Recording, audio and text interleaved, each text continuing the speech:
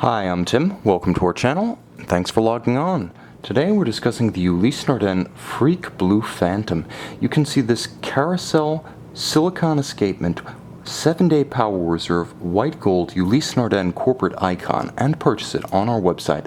Subscribe to our YouTube channel if you enjoy these videos, and please click on the card in the upper right hand corner of the screen at any time during this video to see our full sales listing for this watch, with additional accessories included in the sale, high resolution images for your desktop, and naturally complete pricing details for this Ulysse Nardin Freak Blue Phantom. Now, the original Freak came out in 2001. The Blue Phantom, technologically and aesthetically upgraded as well as upsized to 44.8 millimeters, debuted in 2008. Every version of the Freak is a landmark watch, and many folks who collect tell me that the Freak is their grail watch. And there's a good reason for that. This is one of the most important watches of the modern era post-quartz crisis.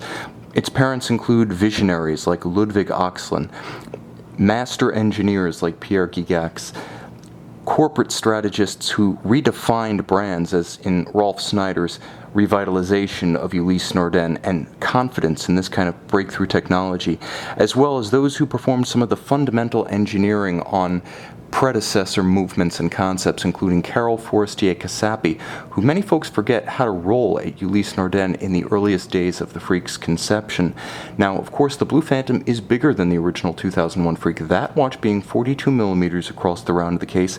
This one, as I measure it from 9 o'clock to 3 o'clock, is 44.8 millimeters. Now, the watch has no crown, so that's a true measurement across the case horizontally. In terms of thickness, it's actually fairly slim, 11.2 millimeters with a generously sloped bezel, the bezel actually being a component of the movement. A dress cuff, a tight sleeve will easily slip over this watch, but from lug to lug it begins to extend itself. It's 54.3 millimeters from metal to metal, that's extremity to extremity across the wrist, and it does wear big, but it wears even larger than that dimension suggests. You can see the strap is very handsome, integrated, it traces the arc of the case, no daylight shows through. Aesthetically superb, but it also means that the strap flares a little bit. It will fight the curve of your wrist. If you have to pull the strap straight down, it's not going to comply, and the distance from extremity to extremity when you measure it like this is closer to 60 millimeters. I would say that my wrist size, 16 centimeters, is the lower limit for wearing this watch securely and with proportion. Beyond that, you are going to get some sort of hula hoop phenomenon on the wrist. But let me tell you, if you're borderline to wear this watch, give it a try because it's worth it. The mass is fantastic. This is a lot of white gold, heavy bezel, heavy case flank, heavy lugs, and the lugs give way to a very substantial strap that's beautifully made. Alligator, navy leather, incredibly supple, calfskin on the underside, and a double folding white gold clasp that is both up to the job of securing this heavy watch on your wrist with security, but also beautifully finished with a sense of occasion. It's worthy of this watch, and you can see that the swing arm actually doubles as a spring for the trigger mechanism to ensure that this stays shut when you want it to. Now, of course, the watch features a number of unconventional refinements.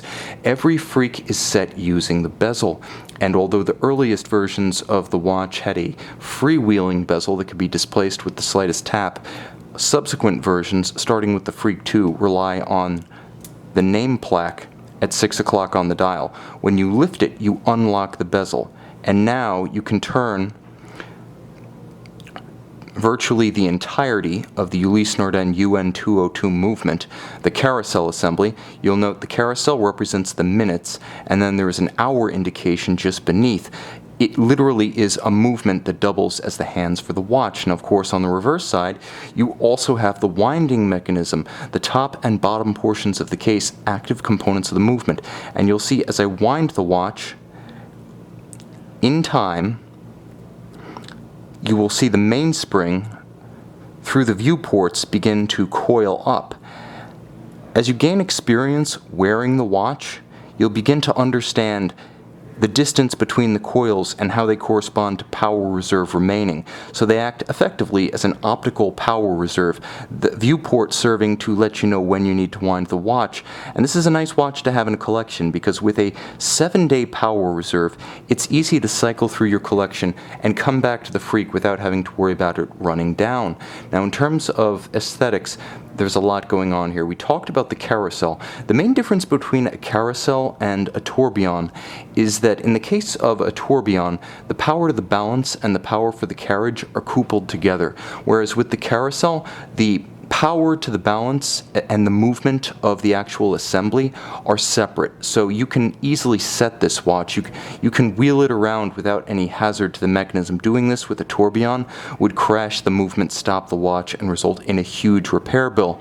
This was invented, I believe, by a Dane, Bonna Bonnichsen, in the 1890s, and it was designed roughly 100 years after Breguet's tourbillon as a more appropriate mobile escapement concept for the wristwatch or the hardy business-style sports pocket watch applications that one might have seen in railroading, in nautical seafaring.